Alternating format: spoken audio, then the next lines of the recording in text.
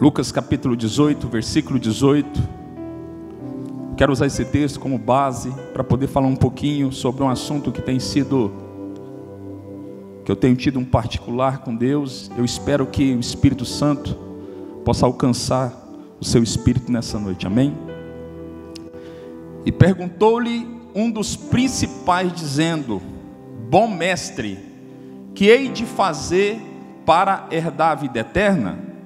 Jesus lhe disse: por que me chamas bom? Ninguém é bom, senão um que é Deus. Sabes os mandamentos? Não adulterarás, não matarás, não furtarás, não dirás falsos testemunho, honra teu pai e a tua mãe. E disse ele: todas essas coisas tenho guardado desde a minha mocidade. E quando Jesus ouviu isso, disse-lhe: ainda te falta uma coisa.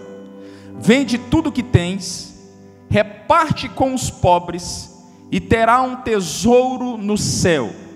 Então venha e siga-me. Mas ouvindo ele isto, ficou muito triste, porque era um homem muito rico.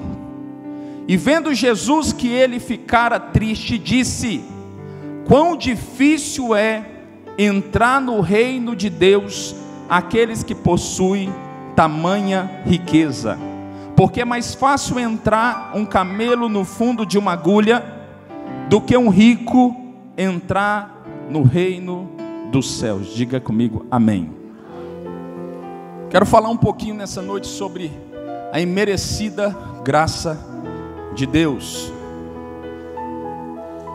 Presta atenção, o texto que nós acabamos de ler, ele narra a história de um jovem que é conhecido como jovem rico, que tem um encontro com o Senhor Jesus.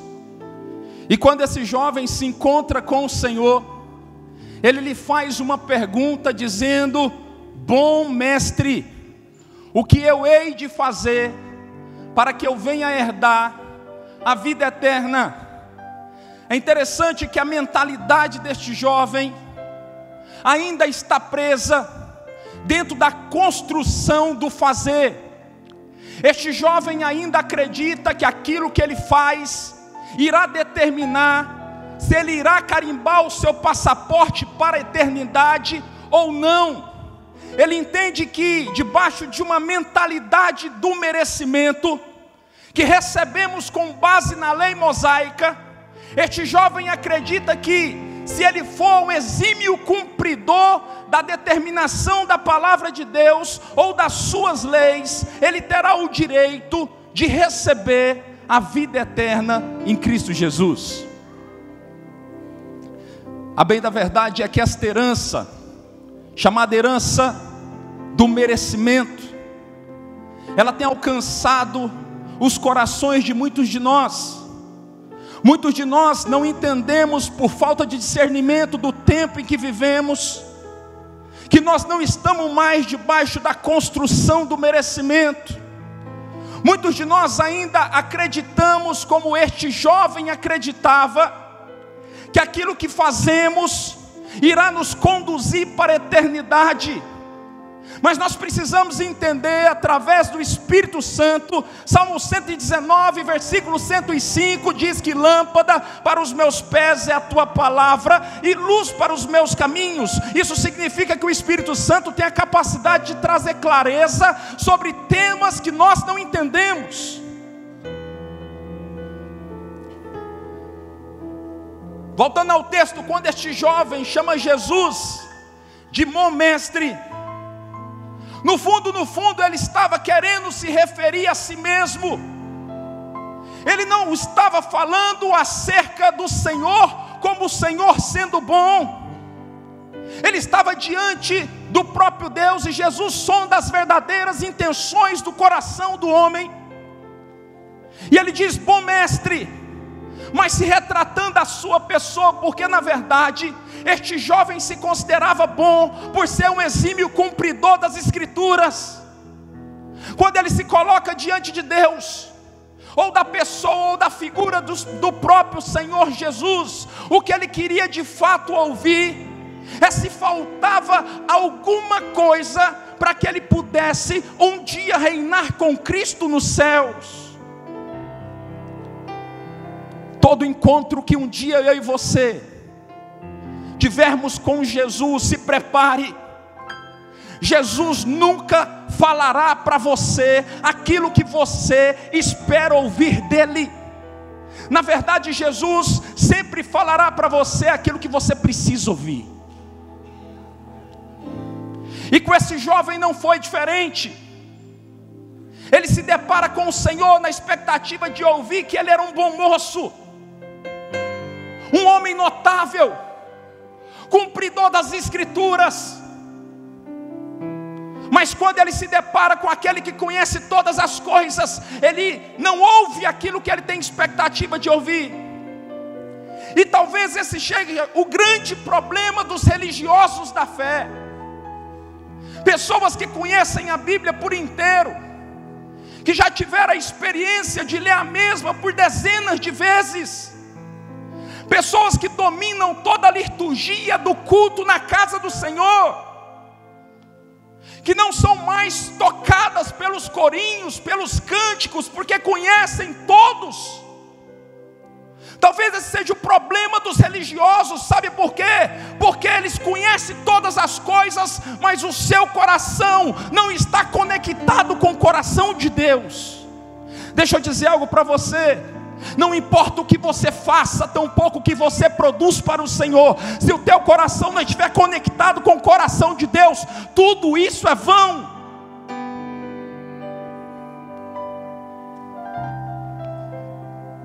São verdadeiros escravos da religião, mas não filhos de Deus. E o problema é que muitos de nós que somos filhos de Deus, somos meninos no entendimento como este jovem rico.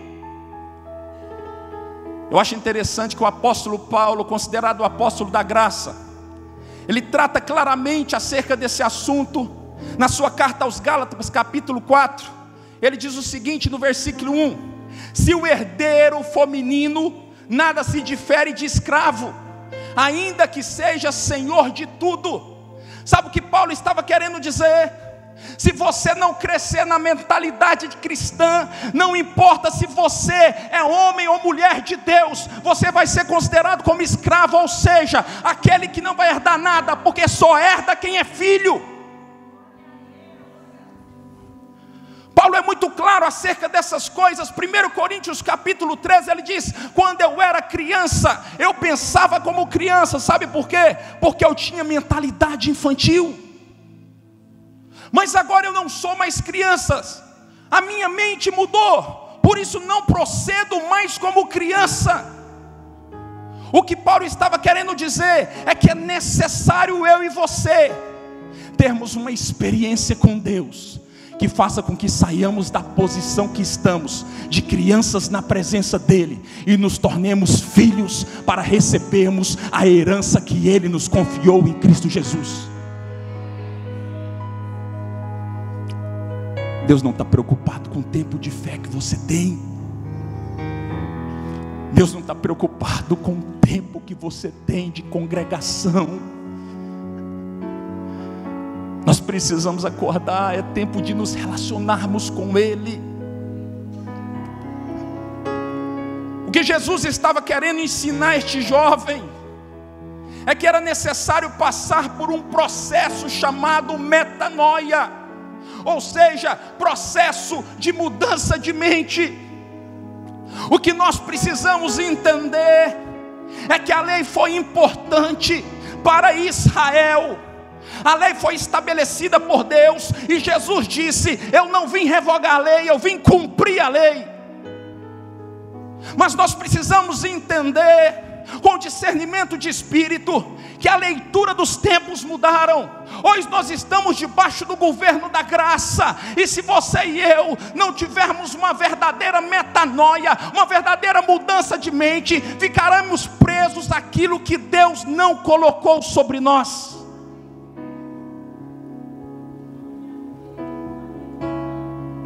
Paulo, em Romanos capítulo 12, ele fala sobre a transformação da nossa mente.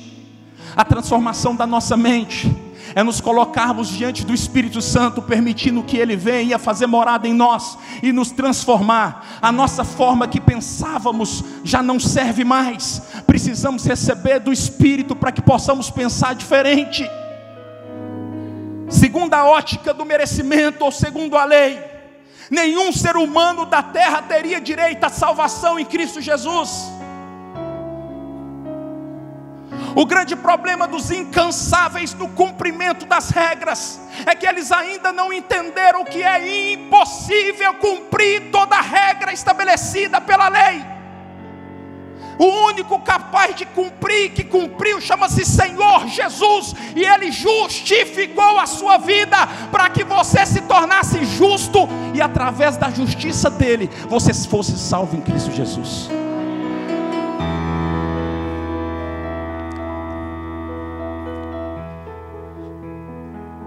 Domingo retrasado, o pastor Carlos estava ministrando sobre a salvação pela graça, e o Espírito Santo falou muito comigo.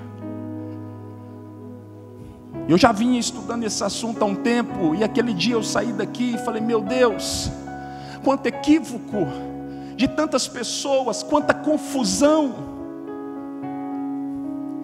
Irmãos, se apenas uma coisa nessa noite você puder guardar, eu queria que você guardasse essa parte da mensagem, para que você não se tornasse mais escravo daquilo que você não consegue cumprir. A Bíblia diz em Efésios capítulo 2, versículo 8: portanto, pela graça sois salvos mediante a fé, e isto não vem de vós, é um dom gratuito de Deus, não pela via das obras, para que ninguém vos glorie. A salvação, ela é construída pela via da fé, mas alcançada pela graça em Jesus Cristo. É impossível um homem na terra ser salvo sem o entendimento pela fé em Cristo Jesus, que o mesmo morreu e ao terceiro dia ressuscitou, e através da sua morte Ele nos trouxe vida eterna. Se nós não entendermos isso pela vida da fé, nós nunca moraremos nem reinaremos com Ele no paraíso celestial que a maioria de nós almejamos.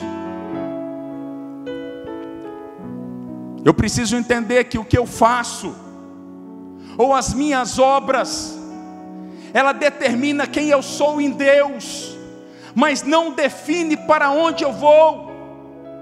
Quando alguém olha para você, um trabalhador na casa do Senhor, essa pessoa consegue ver a manifestação do próprio Deus trabalhando na terra. Quando alguém olha você fazendo caridade lá fora, essas pessoas conseguem ver o próprio Deus em você. Quando você faz obra na terra, você reflete o próprio Deus. Mas isso não significa que você está carimbando o seu direito de ir morar no céu. A única forma de carimbarmos o direito de morar na eternidade com Ele é apenas eu e você entendendo uma coisa: que pela fé, por mais nada, pela via da fé, crendo nessa palavra, que pela graça de Deus eu me torno salvo em Cristo Jesus. Se nós entendermos essa palavra, um dia reinaremos com Ele nas mansões celestiais. Diga glória a Deus.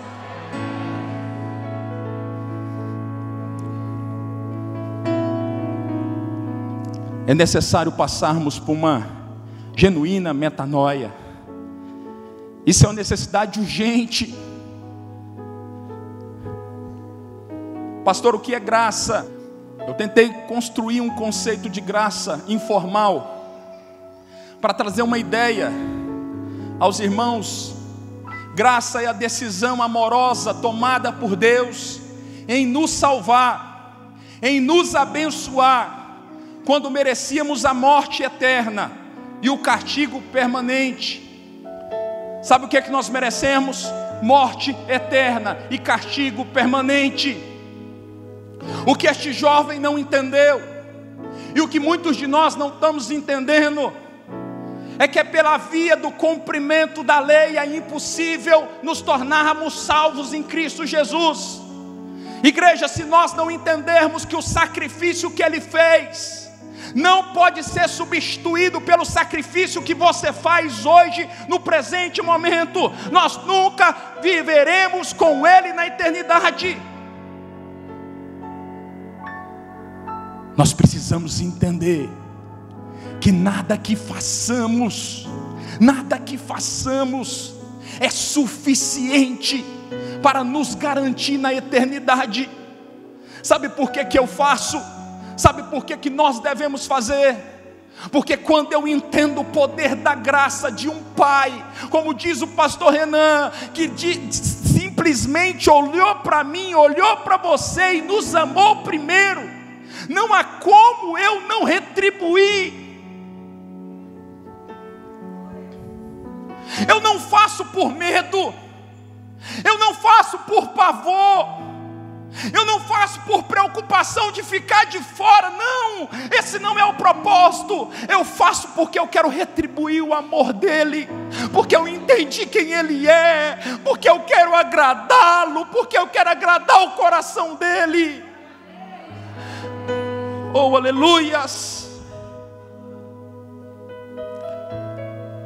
Porque pela via da fé, porque a partir de agora, o que determina a salvação não são mais as obras que fazemos, e sim a fé que temos na verdade estabelecida de Cristo. O que eu e você precisamos fazer? Precisamos nos apegar à palavra de Deus, precisamos levar a palavra a sério, precisamos compreender que o sacrifício de Jesus é algo real, não é uma história inventada por terceiros. Não, Jesus morreu por você. Você não merecia e nunca irá merecer. Eu não merecia e nunca irei merecer. Esses dias eu fiquei sabendo, na escola que meu filho estuda, que algumas crianças de 6 anos de idade cometeram durante 30 dias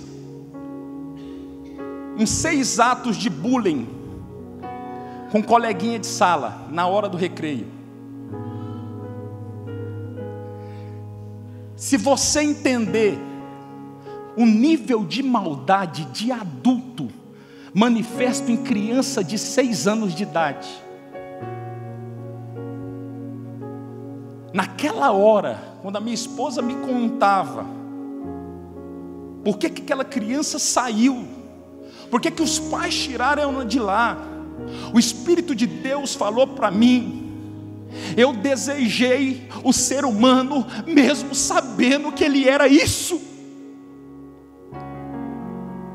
Queridos, mesmo cheios de falhas, cheios de maldade, mesmo sendo quem nós somos por dentro, mesmo sendo tão maus, Ele nos amou primeiro. Ele nos olhou circunstância, não, Ele simplesmente olhou para mim e decidiu me amar. E eu preciso entender que por causa desse amor e por causa dessa graça que foi derramada sobre mim, derramada sobre você, hoje nós somos livres e nenhuma condenação há sobre aqueles que estão em Cristo Jesus.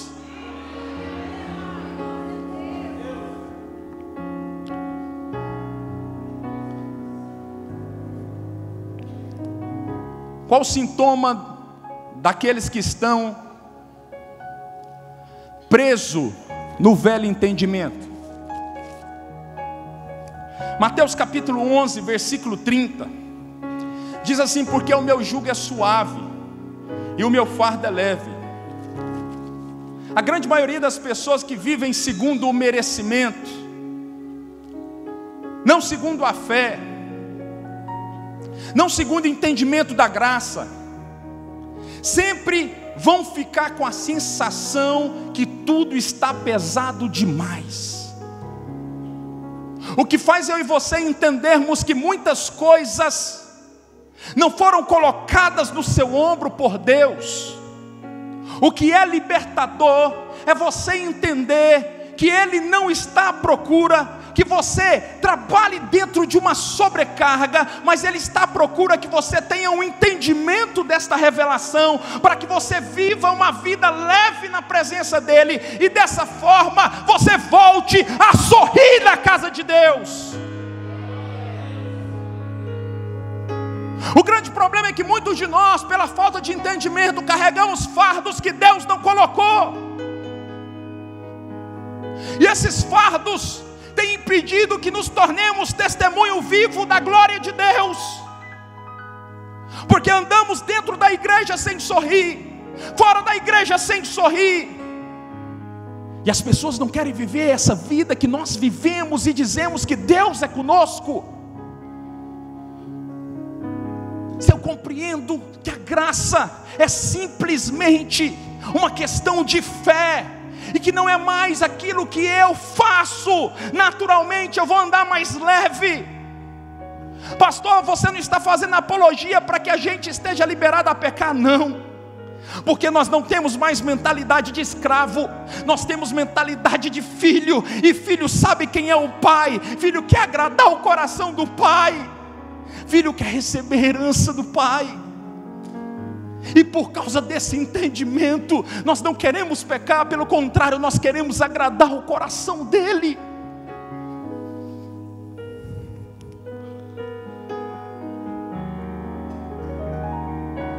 Presta atenção, eu não ia falar sobre isso, eu estava ali, o Espírito Santo falou assim: fale sobre isso. Alguns anos atrás, eu estava em crise, pior crise da minha vida.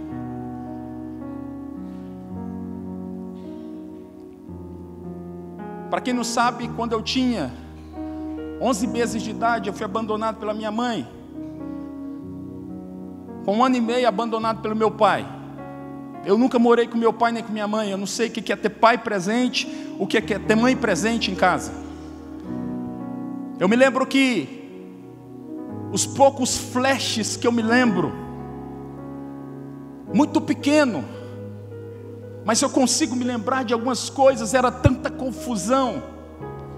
Eu me lembro de polícia na porta, de grandes confusões, e de repente meu pai tem que sair correndo, e ele vai para outro estado, porque senão ele seria preso. A minha avó era muito velha, e ela falou: deixa esse menino comigo. E eu me lembro que durante alguns anos eu morei com a minha avó. Ela é uma senhora chamada Raimunda. Ela não tinha dinheiro nenhum. Eu sempre fui muito pobre, queridos. Lá em casa, quando tinha bolacha recheada, era aquela Mabel de 49 centavos. E nós éramos 5. Quem desse sorte, na hora que minha tia passava a faca, ganhava 2. E eu me lembro que, dentro daquela realidade, dentro daquele contexto que a gente vivia, minha avó um dia me deu algo e falou: filho, olha para mim, você não tem nada, pelo andar da carruagem vai ser muito difícil você conquistar. Mas ela me deu um inário e ela me ensinou a adorar a Deus. Eu me lembro que aquilo foi muito forte em mim, muito forte dentro de mim. Pouco tempo depois a minha avó morreu. Eu me lembro que na rua C212, no Jardim América, meu pai pegou um ônibus, veio de Tocantins para cá. Ele não podia ficar aqui, porque senão ele foi expulso da polícia, ele era policial, senão ele seria preso. Meu pai olhou no meu olho e falou: meu filho, eu te amo tanto. E eu sabia que ele me amava, mas a consequência de tantas tomadas de decisões erradas fizeram com que ele tinha que ir embora mesmo. E ele falou: se você for embora comigo, certamente você vai se tornar alguém muito complicado, porque o papai é complicado. Eu tenho um tio, e esse tio, ele é cristão. Ele não tem recurso, mas ele vai poder te ensinar a palavra de Deus. E o papai não conhece muito sobre essas coisas de Deus, mas o papai queria muito que você seguisse os caminhos da vovó.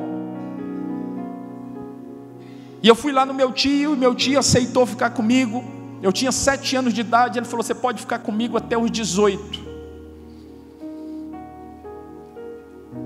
Eu fiquei com meu tio até os 17 anos e alguma coisa. Presta atenção que eu não vou me alongar. Eu tinha muita raiva da minha mãe, porque durante 10 anos, meu pai mandou meio salário mínimo, roçando terra. Todo o dinheiro que ele ganhava, ele tirava para comer e mandava meio salário mínimo para meu tio, para ele poder zelar de mim. Todos os meses eu recebia por volta de 5 a 10 cartas do meu pai. Naquela época não tinha telefone, era tudo muito complexo. Eu tinha milhares de cartas que eu recebi do meu pai. Eu aprendi a amar meu pai de paixão. Eu sou assim, eu tenho uma admiração tão profunda pelo meu pai, mas tão profunda que eu não tenho uma marca. Mas eu tinha muita raiva da minha mãe, porque minha mãe nunca me procurou. Ela nunca me procurou. E um dia eu fui procurar minha mãe. Eu era um garoto de aproximadamente 12 anos de idade. Eu fiquei sabendo que ela morava no Novo Horizonte. E eu cheguei lá. Eu fui de a pé, cheguei lá por volta de 8 horas da noite, sozinho. Quando eu cheguei na porta e bati no portão, o marido dela olhou pela janela e viu que era eu. Ele falou: seu filho está aqui. Ela falou: como? O Eduardo está aqui. Ela falou: o que é esse moleque que é aqui? Ela não sabia que eu estava ouvindo. E aquilo me marcou profundamente por dentro, profundamente. Eu fui embora para casa chorando. Eu saí de lá correndo, eu não esperei ela abrir o portão, eu saí correndo de lá. E eu vim chorando.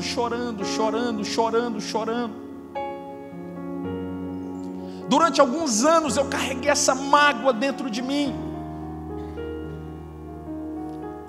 Mas quando eu tinha 21 anos de idade, eu estava próximo a me casar. O casamento feito pelo pastor São, pela pastora Cássia. O Espírito Santo falou comigo.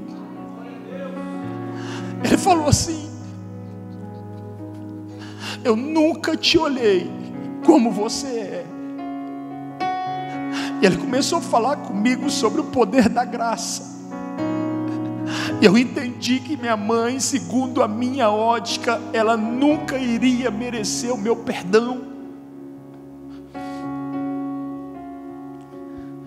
Nada que ela fizesse seria suficiente, tampouco iria apagar todas as coisas que ela fez. Durante um ano eu entrei num processo em Deus e comecei a falar com Deus: me prepara, Deus. E o Espírito Santo falou comigo: você vai pedir perdão para ela. Eu falei: mas como, Espírito Santo? Como que eu vou pedir perdão por alguém que me fez mal a vida inteira? E o Espírito Santo falou: eu vou mudar a sua história. No dia que você entender o poder da graça, libera perdão para ela. Eu me lembro que o marido dela tinha acabado de falecer. Ela estava morando num quartinho de favor, ela e uma menininha que é a filha dela, que hoje é minha irmã, só por parte de mãe. E durante 6 meses eu fui lá uma vez por mês.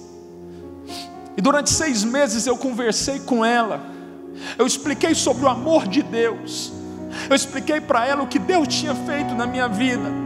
Eu disse: mãe, eu não entendo tudo que você fez, mas eu quero te pedir perdão, porque eu nutri tanto ódio a seu respeito durante anos na minha vida. Mas hoje eu entendi que se Deus estabelecesse justiça diante das minhas falhas, eu já teria sido consumido. Por isso eu também não libero justiça sobre você. Eu te peço perdão. A minha mãe começou a chorar e falou: eu não entendo como alguém como você tem coragem de me pedir perdão depois de tudo que eu fiz. E eu falei: eu quero te pedir algo. Minha família, ninguém conversava com a minha mãe, todo mundo cristão, tirando meu pai e a minha mãe, toda a minha geração é cristã. E ninguém falava com a minha mãe, todo mundo detestava, odiava a minha mãe por tudo que ela fez comigo e com a minha irmã. E o Espírito Santo falou assim: quem vai entrar com você na igreja vai ser sua mãe. E quando ela estiver no altar, eu vou inundar da minha graça o coração de toda a sua família, e todo mundo vai perdoar sua mãe, por ver que você perdoou ela no altar. Eu demorei quase 1 ano para convencê-la a entrar comigo na igreja. Eu tive que contar para minha tia, que ajudou a me criar, que seria a pessoa que de fato deveria entrar comigo, todo o processo que Deus falara comigo, e ela aceitou. Quando minha mãe entrou comigo, queridos, nós levamos ela no salão, ela nunca tinha ido no salão, colocamos uma roupa, arrumamos o cabelo, e minha mãe chorava, não entendia, ela estava perplexa por tudo que estava acontecendo. Ela falava: meu filho, eu não compreendo, eu não compreendo. Eu falei: mãe, apenas me abençoa. Quando você chegar no altar, me abençoa, apenas me abençoe. Minha mãe entrou comigo. E quando a minha mãe entrou comigo, queridos, Deus cumpriu a palavra dele. Quando nós chegamos no altar, a minha família mudou o olhar. Não havia ódio mais nos olhos de ninguém. Sabe por quê? Porque todos viram que se eu, o principal prejudicado, tinha liberado perdão sobre ela, ninguém mais poderia nutrir ódio por ela. Sabe o que é isso? Isso é entender a graça dele. Isso é entender que ele nos amou primeiro, e nós precisamos aprender a entender as suas verdades. For para o Senhor, pode glorificar mais alto.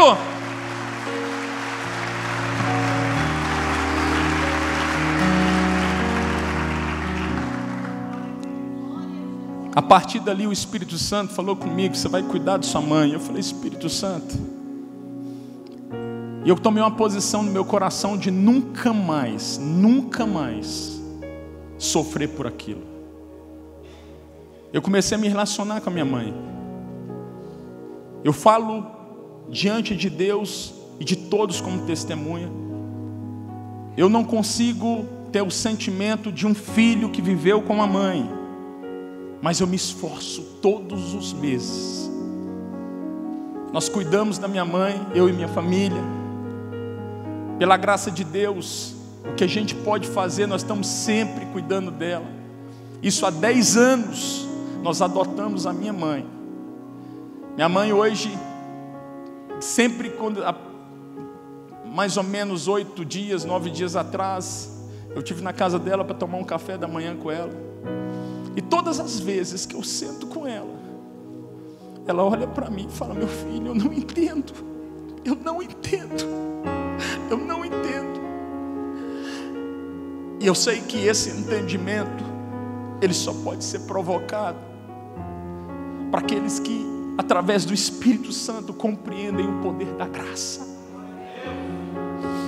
Por isso, a partir de hoje, seja alguém que honre a Deus, seja obediente, mas não com o temor de não entrar no reino dos céus. Tenha mentalidade de filho e não de escravo. Não pense mais como os escravos pensam. Os escravos temem as consequências. Nós não tememos as consequências. Nós queremos agradá-lo, custe o que custar. Nós queremos agradar o coração dele, porque ele é merecedor, queridos. Ele é merecedor. Que o nosso coração esteja alinhado com o único entendimento, e a única vontade nossa seja glorificá-lo.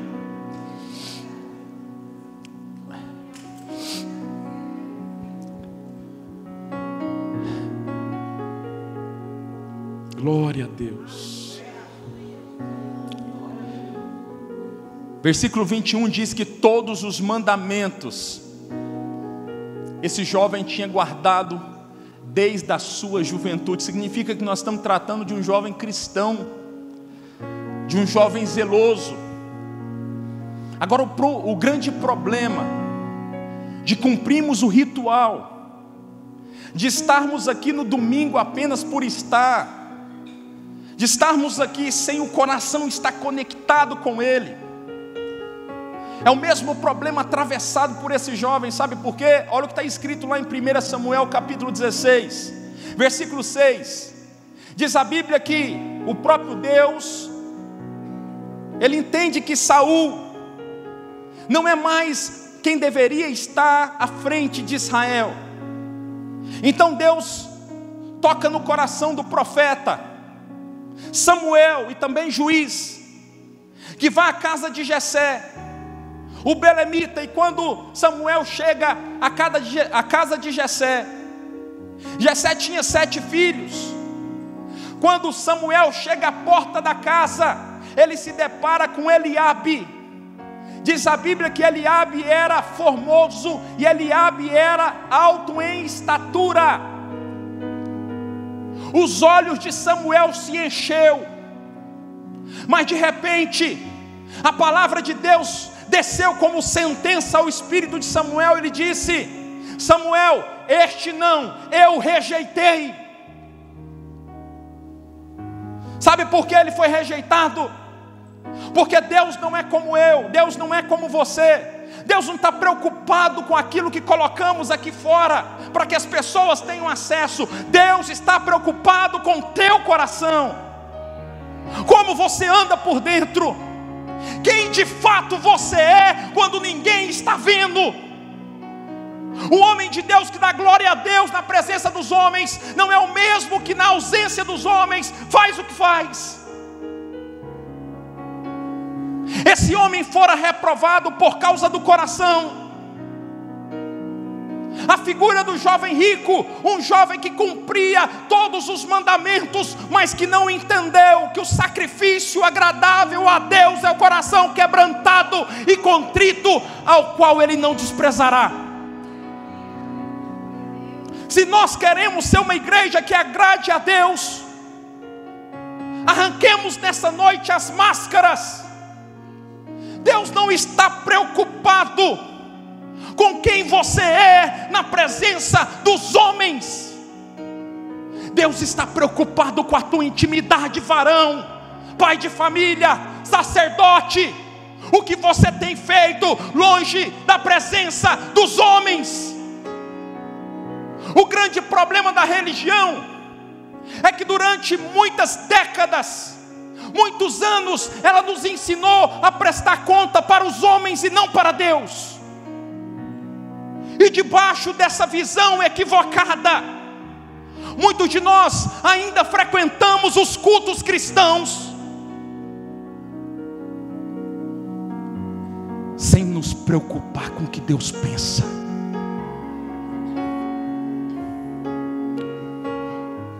A graça de Deus foi derramada sobre nós,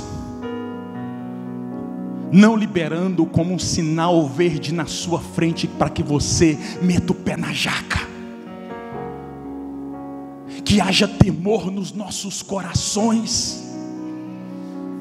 Sabe o que significa a palavra temor? Aquele que prostra-se diante do rei e se humilha.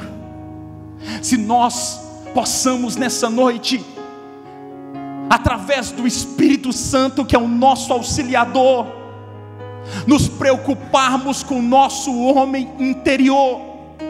Se nós sairmos daqui dispostos a agradarmos a Deus, com toda certeza a nossa vida vai mudar, o nosso sorriso vai mudar, a nossa casa vai mudar. Ei, irmãos, os últimos 30 dias eu passei tanta tribulação, mas quando eu entro no meu quarto ali, eu choro, grito, pulo e falo: meu Deus, como é bom ter a presença de Deus. Sabe por quê, irmãos? O diabo pode, por permissão de Deus, como aconteceu com Jó, tocar em áreas da tua vida para te testar, para te fortalecer por causa de um propósito maior. Mas o que ele não pode é tocar no seu relacionamento com Deus. Continue adorando a Deus, aconteça o que acontecer. Continue adorando a Deus. Eu não sei a luta que você tem atravessado, mas nessa noite, na força do Senhor, que você saia daqui determinado a adorar a Deus, aconteça o que acontecer.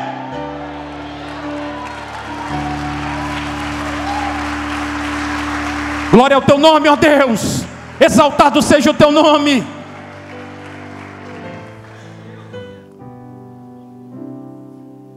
O problema não estava nas riquezas.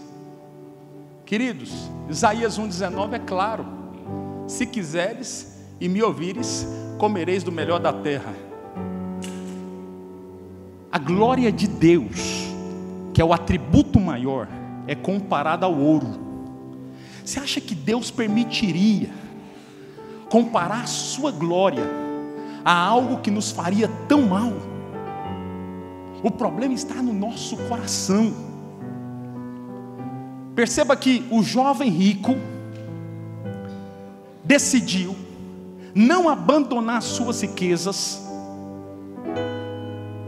mas de repente, em Lucas capítulo 19, conta a história de Zaqueu, e a Bíblia diz que Zaqueu era chefe dos publicanos e era muito rico. Olha só, diz a Bíblia que Jesus estava passando pelo caminho. De repente, Zaqueu, que era de baixa estatura, queria muito vê-lo. Um homem que era considerado chefe na sinagoga, chefe dos publicanos, um homem que era considerado rico e naturalmente, por ser colhedor de impostos, era influente.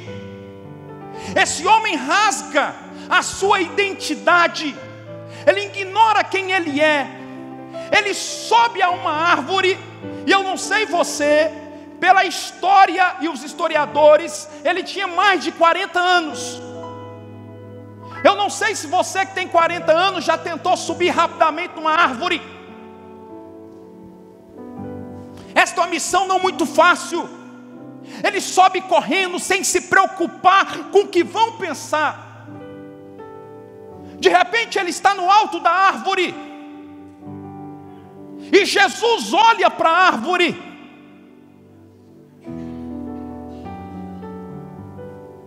Imagina a identidade de Zaqueu. Você já viu alguém na rua olhando para cima? Começa a parar a gente do seu lado e olhar para o mesmo rumo, para o mesmo rumo, para o mesmo rumo. Daqui a pouco tem uma multidão olhando para algum lugar sem saber para onde. Imagina Jesus parar no meio da multidão e olhar para o meio de uma árvore. Todo mundo começa a olhar e de repente toda a multidão vê Zaqueu. A imagem de Zaqueu agora publicamente foi para o ralo, mas ele não estava preocupado com isso. De repente Jesus diz: Zaqueu, Zaqueu, desce depressa, porque hoje convém eu pousar na sua casa. Perceba a diferença entre um coração e o outro coração. O primeiro coração estava preso na lei, e o segundo coração está sendo liberto pela graça.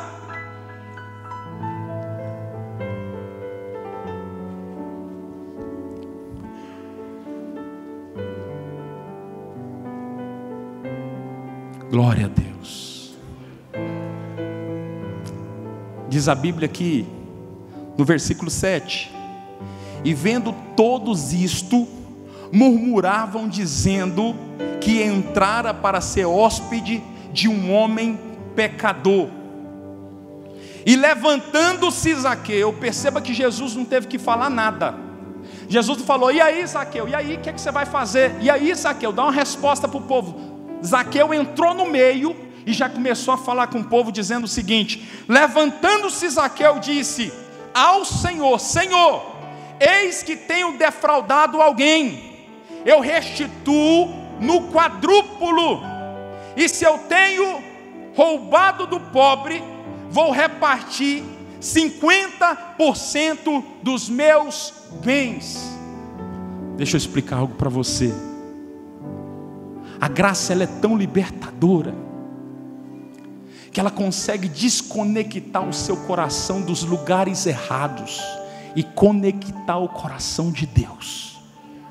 o que aconteceu com este homem foi simplesmente o poder libertador da graça. Se nós entendermos isso nessa noite, o nosso coração vai mudar o alvo. Aquilo que nós tínhamos como alvo não vai servir mais. Sabe por quê? Porque o que Deus quer nessa noite é que você seja livre em Cristo Jesus e compreenda que não por esforço humano, mas através da graça dele, um dia eu e você, eu e a minha casa, você e a sua casa, reinaremos com ele, porque é uma promessa e nós somos filhos e os filhos são herdeiros. Se você é herdeiro, glorifica a Deus aí do seu lugar.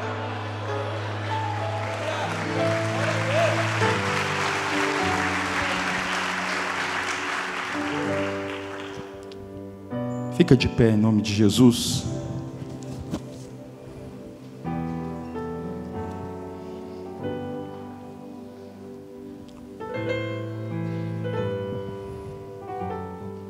Glória a Deus.